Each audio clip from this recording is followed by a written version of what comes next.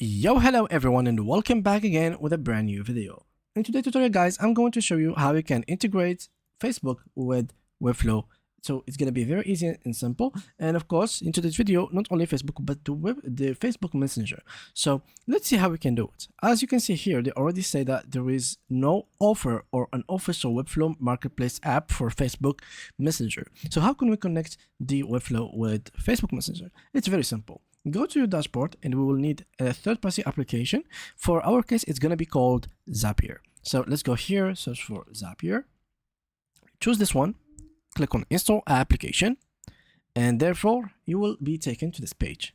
Click on connect Webflow to 8,000 plus apps. And of course, you do have to create an account if you didn't have one already created.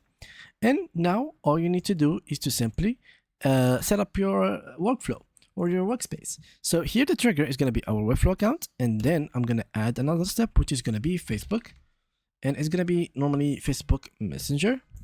And as you can see now, we'll have here the trigger action and basically the action event. So the trigger, for example, I would like a new comment, for example. So whenever there is a new comment, I would like this to send message from page, something like that, something very simple. Of course, you can get deeper by using the AI tool that we have here. The AI tool is very good. It helps a lot.